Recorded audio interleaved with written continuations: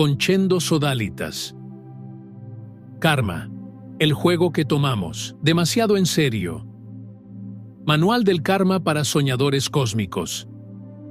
Saludos a los fratres y sorores de Conchendo. En Conchendo Sodalitas, reconocemos que cada buscador lleva consigo su propio conjunto de creencias, experiencias y descubrimientos. Entre los muchos conceptos espirituales que han atravesado culturas y épocas, pocos han sido tan debatidos, interpretados y distorsionados como el karma.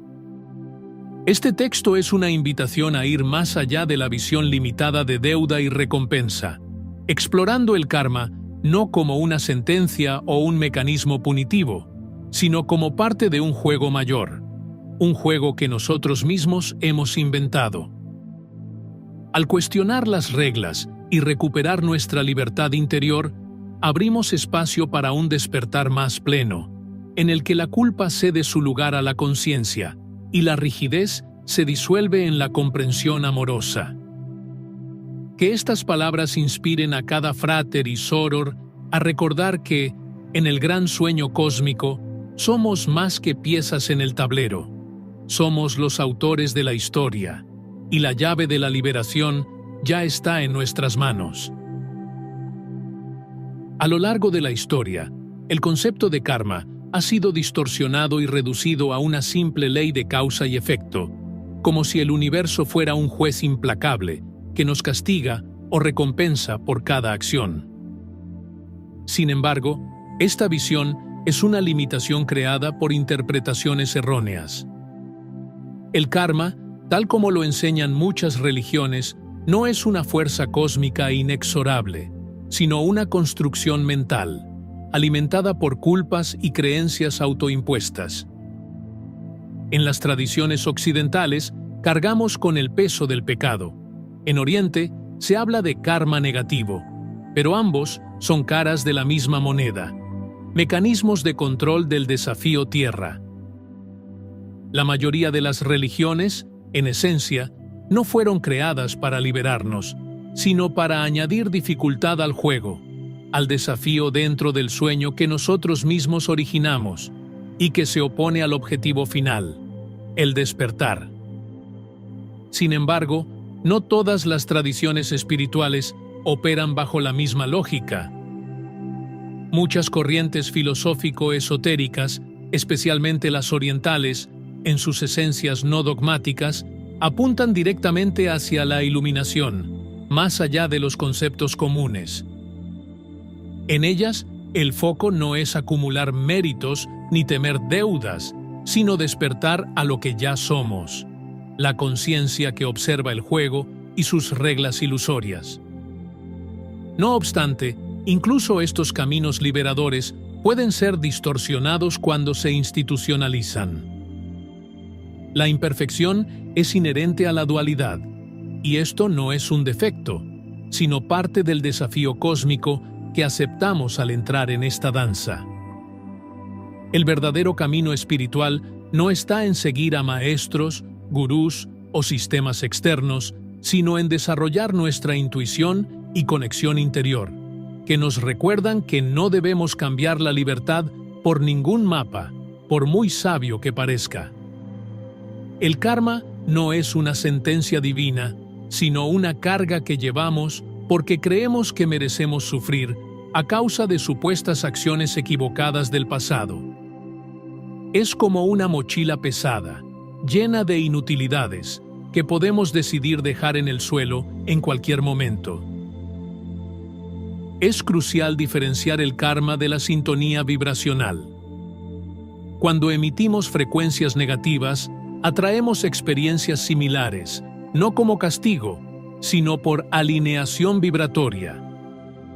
Quien esparce dolor, naturalmente cosecha entornos donde el dolor prevalece.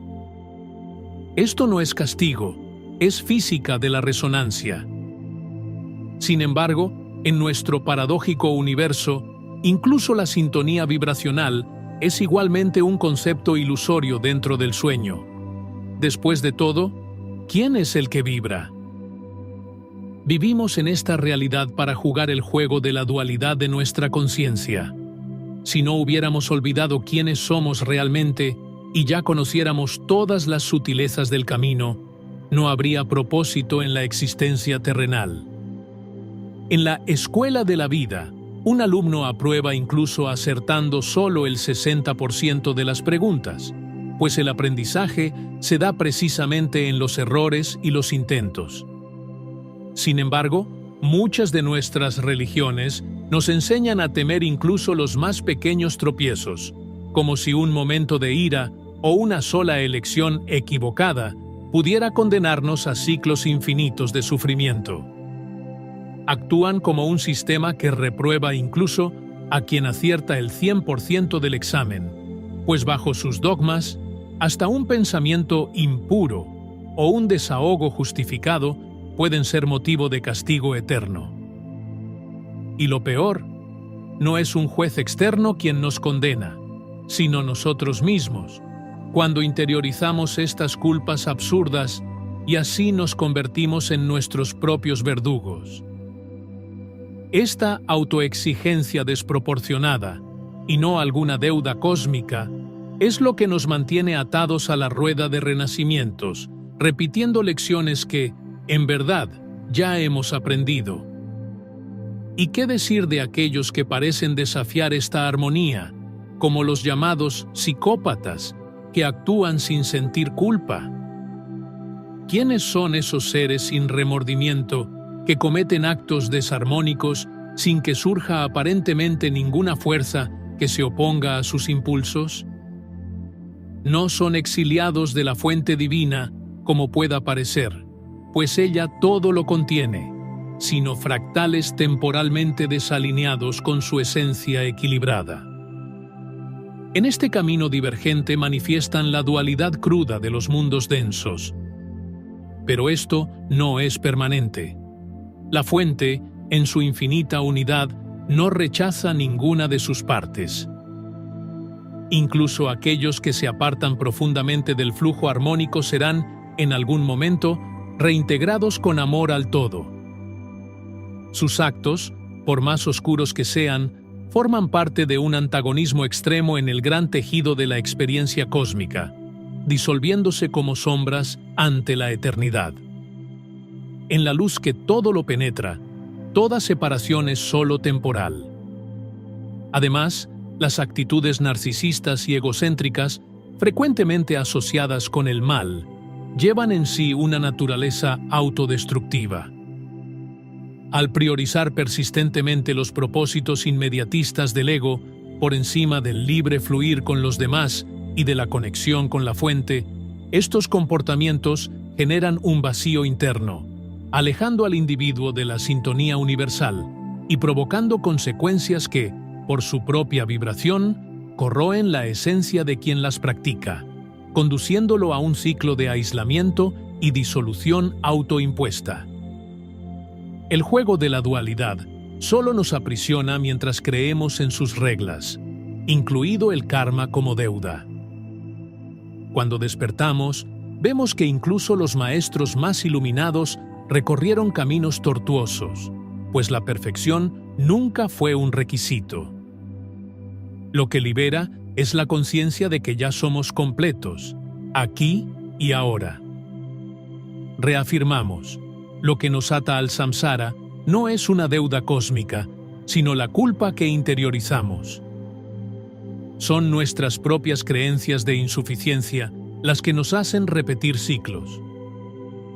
Cuando comprendemos el juego y elevamos nuestra vibración, rompemos estos patrones y trascendemos las ilusiones, incluidas aquellas relacionadas con el samsara.